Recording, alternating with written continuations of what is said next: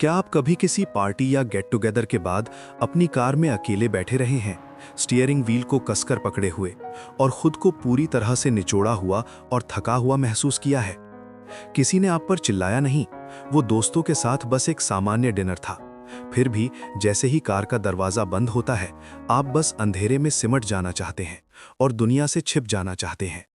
आपके दिमाग में एक साधारण सी बातचीत लगातार घूमती रहती है। जब मैंने वो बात कही तो उनकी नजरें क्यों बदल गईं? सैकड़ों अनकहे सवाल आपके सीने पर बोझ बन जाते हैं, जिससे सांस लेना भी मुश्किल हो जाता है। कुछ लोग बाहर से बिल्कुल ठीक दिखते हैं, लेकिन अंदर सब कुछ बहुत शोर भरा और तीव्र महसूस होता है।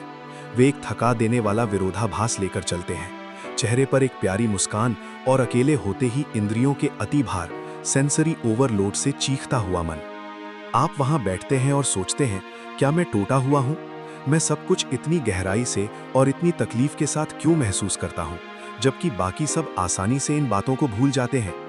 यदि आपने कभी रात की शांति में खुद से ये सवाल पूछा है, तो रुकिए, एक गहरी सांस लीजिए। मेरी बात ध्यान से सुनिए। आप टूटे हुए नहीं हैं, आप कमजोर नहीं हैं, और आप सिर्फ जरूरत से ज्यादा नहीं सोच रहे हैं। आपके दिमाग की सच्चाई आपके एहसास से कहीं ज्यादा खूबसूरत और जटिल है। सारा की कहानी। सारा वो सहकर्मी है जो आपके बोलने से पहले ही जान जाती है कि आपका दिन खराब है। वो दोस्त है जिसे याद रहता है कि आप अपनी कॉफी कैसे लेते हैं, और आपकी आवाज में उस बारीक बदलाव को महसूस कर लेती है जब आप कहते हैं, मैं ठीक हूं। वो सबकी जरूरतों को समझती है, लेकिन पिछले मंगलवार सारा अपनी कार में बैठकर 45 मिनट तक रोई। किसी बड़ी त्रासदी के कारण नहीं, बल्कि इसलिए कि दूसरों की भावनाओं के अदृश्य बोझ ने उसे कुचल दिया था। वो जानती थी कि उसके जीवन में हर किसी को क्या चाहिए, फिर भी उसे लगा कि कोई नहीं देख सकता कि उसे क्या चाहिए।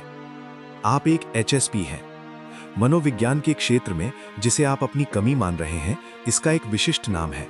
आप एक अत्यधिक संवेदनशील व्यक्ति हैं, हाईली सेंसिटिव पर्सन। ये कोई इंटरनेट लेबल या मानसिक बीमारी नहीं है। ये आबादी के 15 से 20% हिस्से में पाया जाने वाला वैज्ञानिक रूप से प्रमाणित जैविक गुण, बायोलॉजिकल ट्रेट है। आपका तंत्रिका तंत्र